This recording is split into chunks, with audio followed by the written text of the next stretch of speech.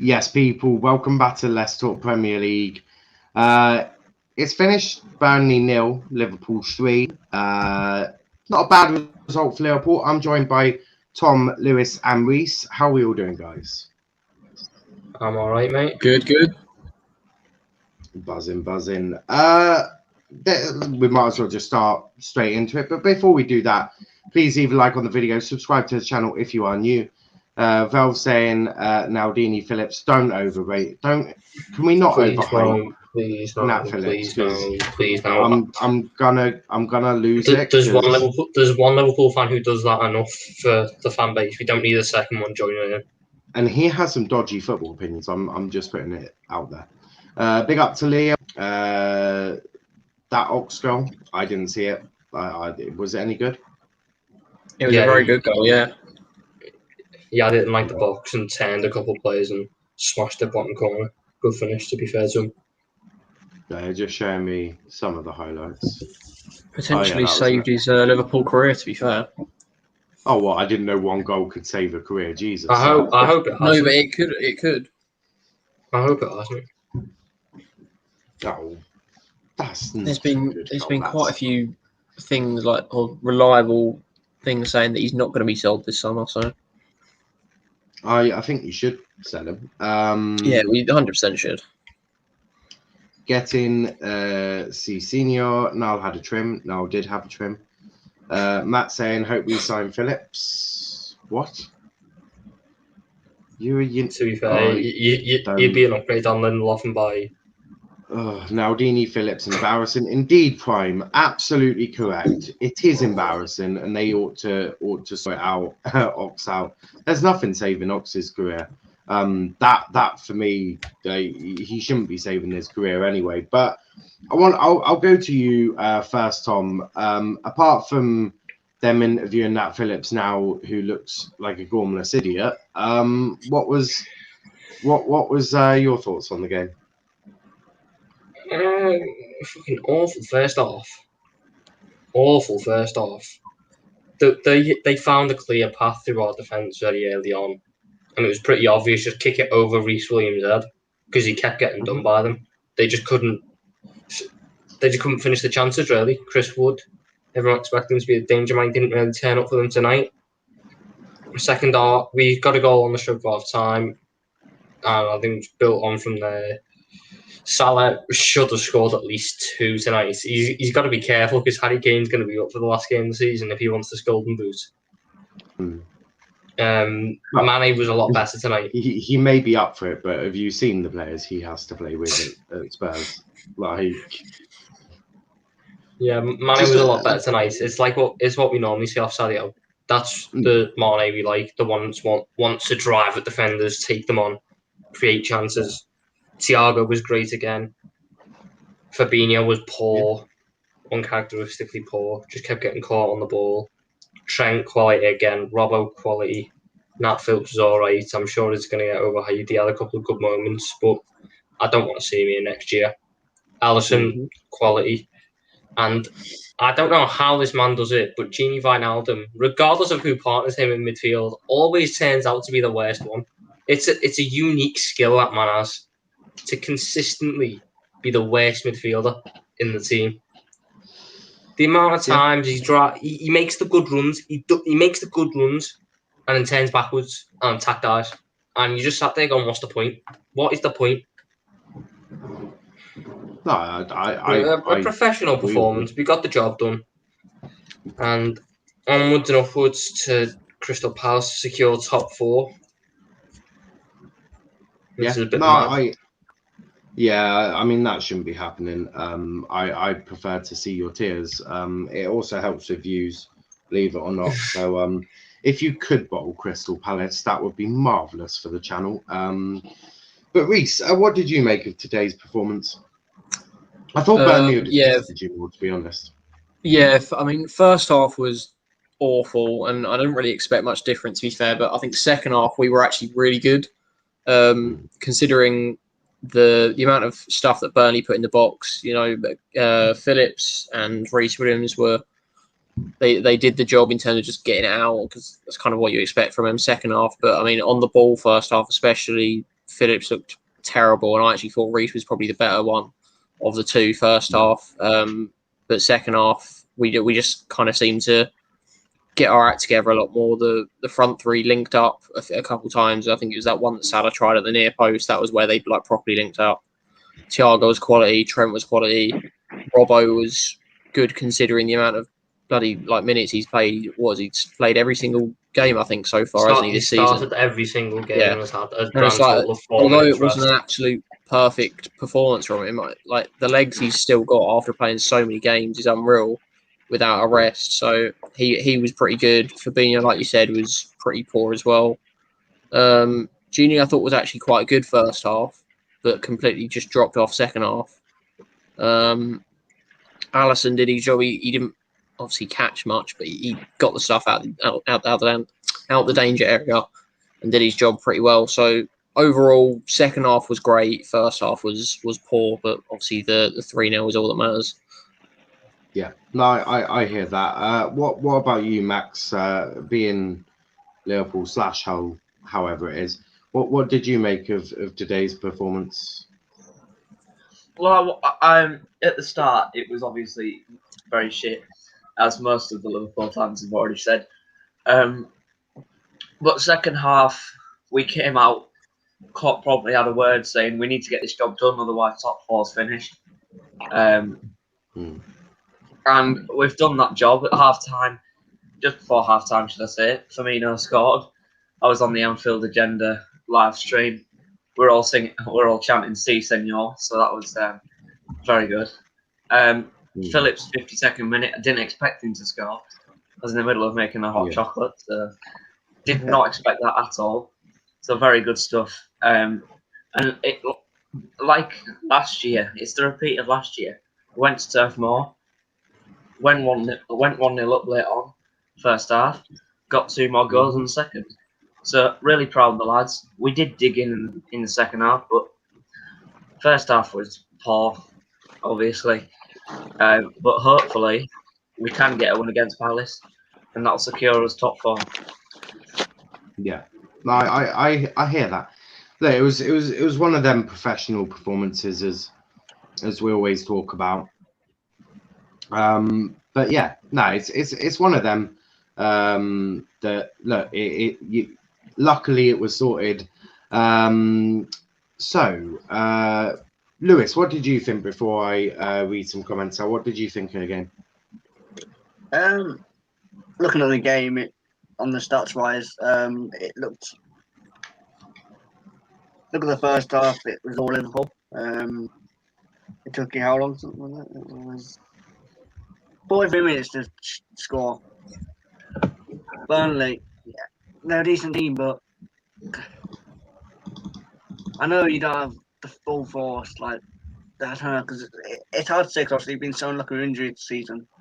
But overall, I think it's a team we should be beating comfortably. And yes, you have done that, but it took you a while to get going. And I think if you want to be that top 4 team that you want to be, and yes, I'm very much on course to do that now, you need, especially against Palace, because they're not, they put a fight up against Arsenal. I know it's Arsenal this season, but you're talking about Palace, and they're not a bad team either. They nearly held up to Arsenal. Yes, it's Arsenal, but they're still not a bad team, and you need to be quick on them. No, you need to be quick on someone Saturday, because Burnley was always going to be.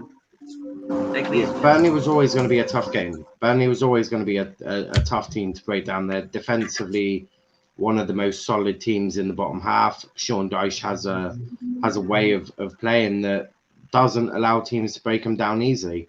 especially when you look at some of the form that Liverpool's been in. Whoa, someone has got some horrible background noise. But no, look, it was a professional performance from Liverpool. In the second half, they were much better. But look, it sort of is what it is. The first half was even. You are right in saying that, I think. And look, Liverpool they went into half time with the goal, and that helps generate the confidence for the team. And yeah, a solid performance from Liverpool. Valve said, "Oh, I've done that one." Egder saying, "You'll never walk alone." I'm not singing your chant. Not happening. I'll happily read him out though. Jokes none of Liverpool's back up for us. Walk on. Them centre backs that wouldn't start for you managed to concede less goals to you than yours conceded to us. And did you see the state of our finishing today? But I'm going to choose. I've got a question for the panel just before I go. Who do you think? Because we know Rhys Williams and Nat Phillips are the centre back pairing now, and we'll have Kabak well included in this conversation. What do you think should happen with them next season? Should we keep them, sell them, or loan them? Yeah. Cheers for having us on, by the way. Cheers. Yeah. Cheers for coming on, Tom, and I'll speak to you in a bit. Big up to Chris saying, good away win, a tough place. Still need to bring this momentum going into final day versus Palace. It's not done yet. One more win needed up the Reds. Wijnaldum, it's time to let you go. Thanks for what you've done for the club, but your head ain't right at the moment. The mighty Reds, never in doubt. It says 0-0 in the description. It did, but it doesn't now. I've managed to change the it. I title can't says change it. Liverpool sail through Burnley. Yeah. But if you That's look a bit further on, it does say 0-0, and I've just changed it. Yeah. Well, crikey, there's so many comments.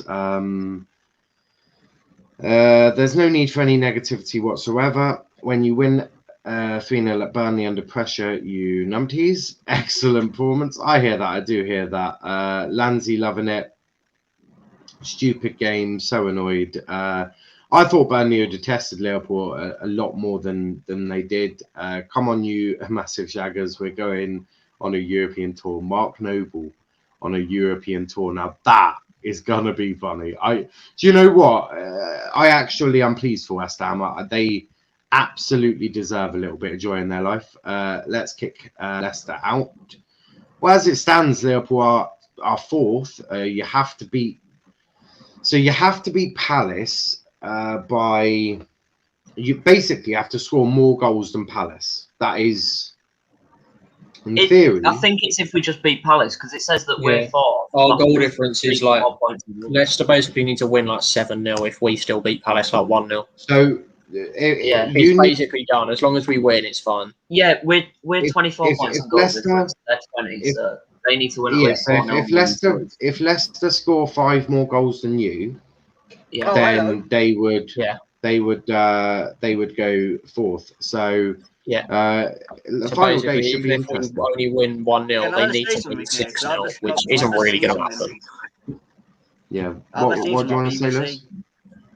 What? Allardyce to step down as Baggy's boss. Yeah, that's they lost 3-1 to West Ham, so I'm not really surprised. Yeah, no, I'm that's the most unsurprising news I've ever seen in world football. But can I just say, Liverpool had 59% of possession in the end, but we had 20 shots and only 3 on target, and those 3 were the goals. How did we have 20 shots? It felt like about 6 or 7. We have 20 and 3 on target across the whole game. That's how clinical we are.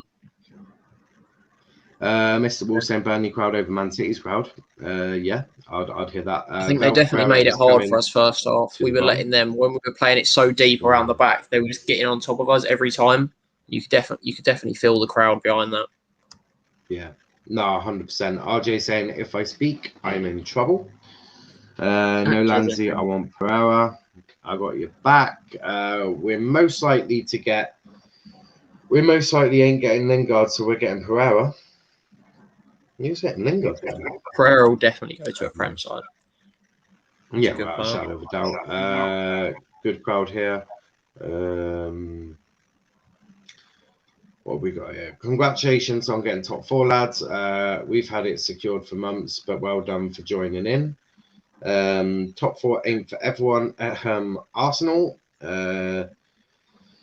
Did you see Reguilon's goal? Some finished that top bins Pukas worthy. That was a great finish. What a It goal! was a horrific I feel bad for him. goal. I feel bad for him, to be honest. He was in heaps on the bar. Have top 4 secured going into final day isn't for everyone.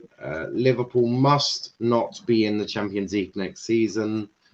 Got a little bit of rivalry going up on Twitch, but Liverpool should be. look, I'm not overhyping his performance. He had a solid performance and he's been fairly good most of the season. But Rhys, what have you made of Nat Phillips' performance tonight? I mean, getting a goal, and I swear to God, if people overhype that goal, I will shoot you back down because it was a header basically at the keeper. Yeah. And the keeper should be saving that, to be honest. Yeah, the keeper. Well, I think, like I said before, his first half, he looked really shaky. To me, Rhys was better than him. But second half, I think in general, Klopp obviously gave him a fucking pelting in the changing rooms because we really did fix up second half, and Nat was one of those. Obviously, the header, he should be scoring that. He probably should have scored the volley as well. I don't know if that was first or second half. Ball came to him in the box, but yeah, he did well second half. Chris Wood didn't have his most prolific game, and I think he probably pounced on that confidence as well, or lack of confidence. Yeah, no one should make a big fuss out of that second half. Honestly, in my opinion, he should still be sold in the summer because we will get 10, maybe 15 mil for him for maybe a promoted team or a team in the relegation zone, or maybe even a top tier championship side if they feel that he's what they need. Yeah, he's nothing special. Yeah, The chat is going mental right now. Yeah, I love it. But Max, what did you make of Nat Phillips' performance today? Obviously, in the first half, he was quite trembling at the back. He wasn't as strong as he normally is, or he was before. He wasn't keeping still a lot, or he wasn't moving around a lot. Obviously, he should have scored the volley, but yeah, he scored the header. I've just seen now that everyone's rating him like 8.2 on the rating scale. Yeah, he scored the header, but really, the keeper should really be getting to that. Really, to be honest, straight the keeper, any side of the keeper, it would have been a better goal. But any goal's a goal. But overall, a good end to the game, in that, especially around his 50-minute, 60-minute mark. But apart from that, it was before first half.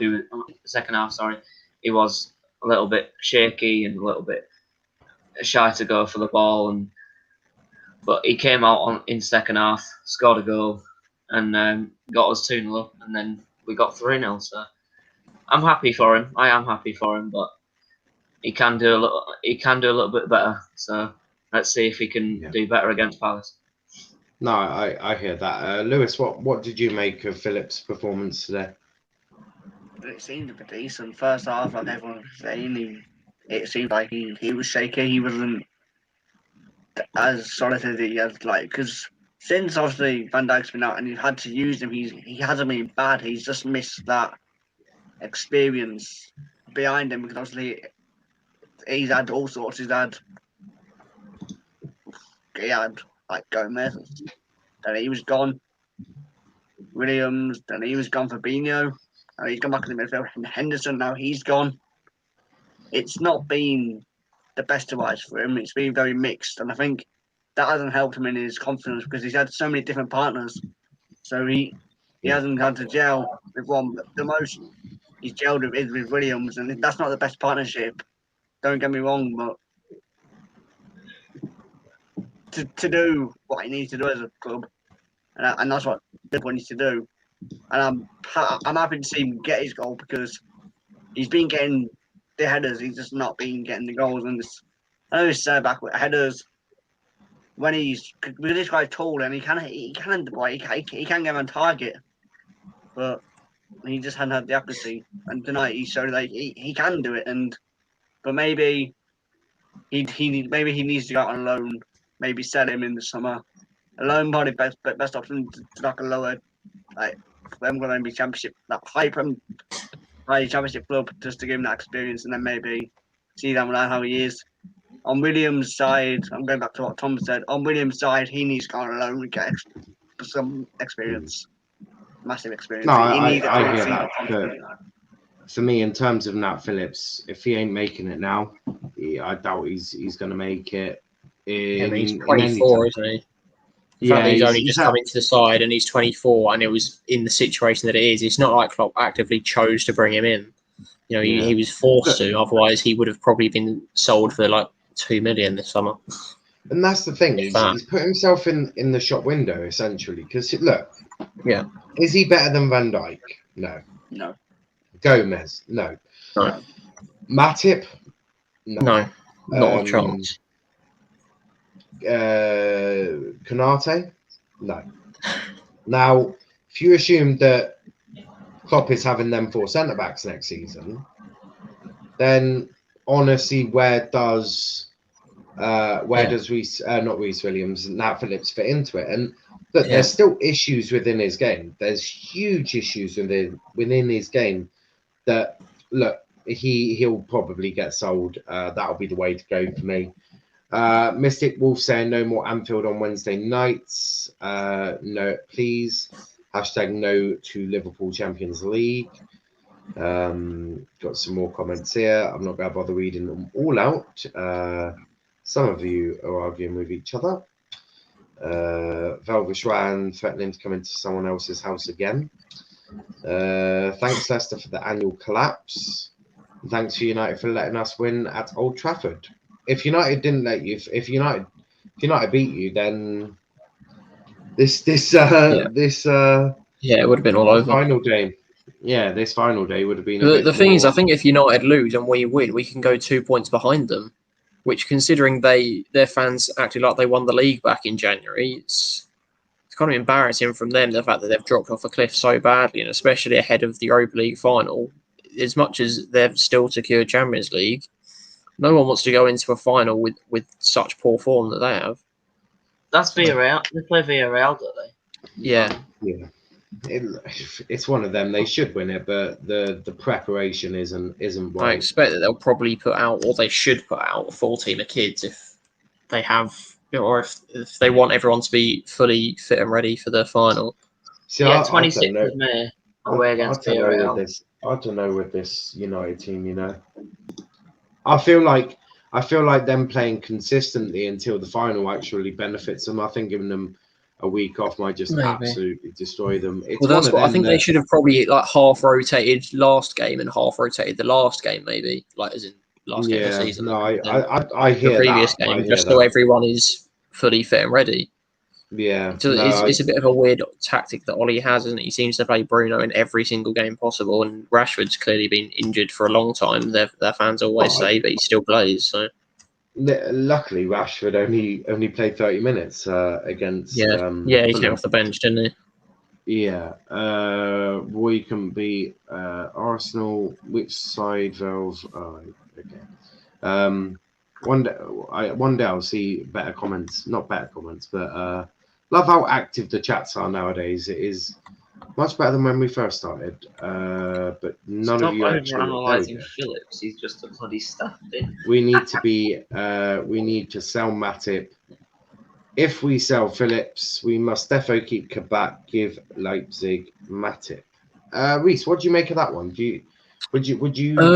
I hadn't really thought of that. To be fair, I'm pretty sure Dortmund are interested in Matip. I've heard somewhere that they're interested in him, Origi and Keita. So there could maybe, especially if we do get Champions League, there could be a deal there with Sancho plus money.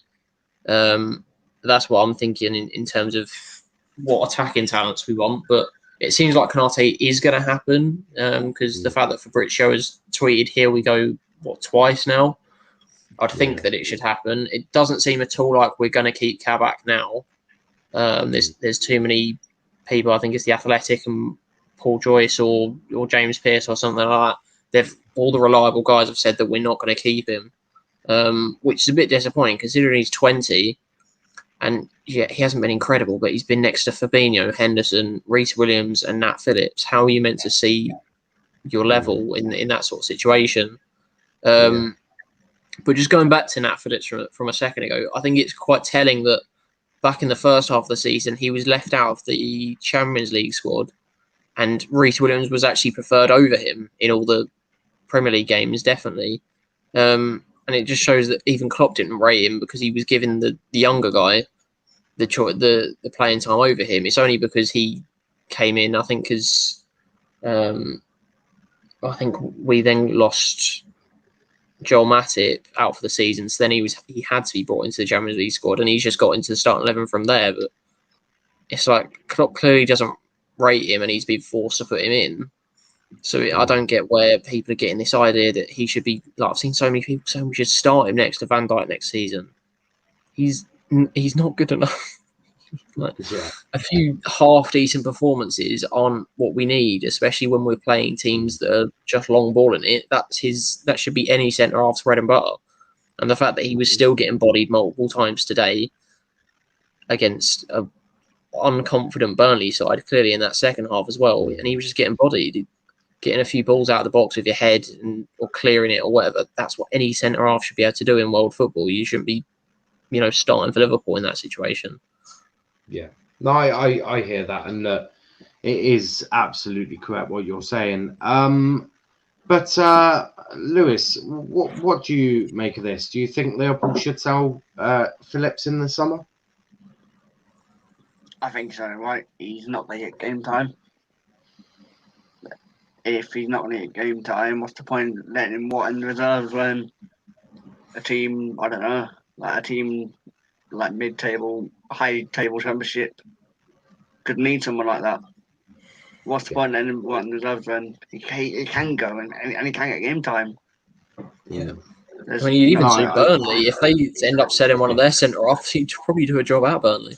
Even at Brighton or Newcastle, any team. High championship. There's bound to be a centre off for a lower table, low team in the Premier League that sells their centre off because you know what I mean. Maybe if Ben White leaves Brighton or something like that, they're looking for somebody that's just got Premier League experience, even not for a starter. But there's bound to be a team that's looking for a third choice centre off, and they'll take a guy that's 24. He still can improve a bit.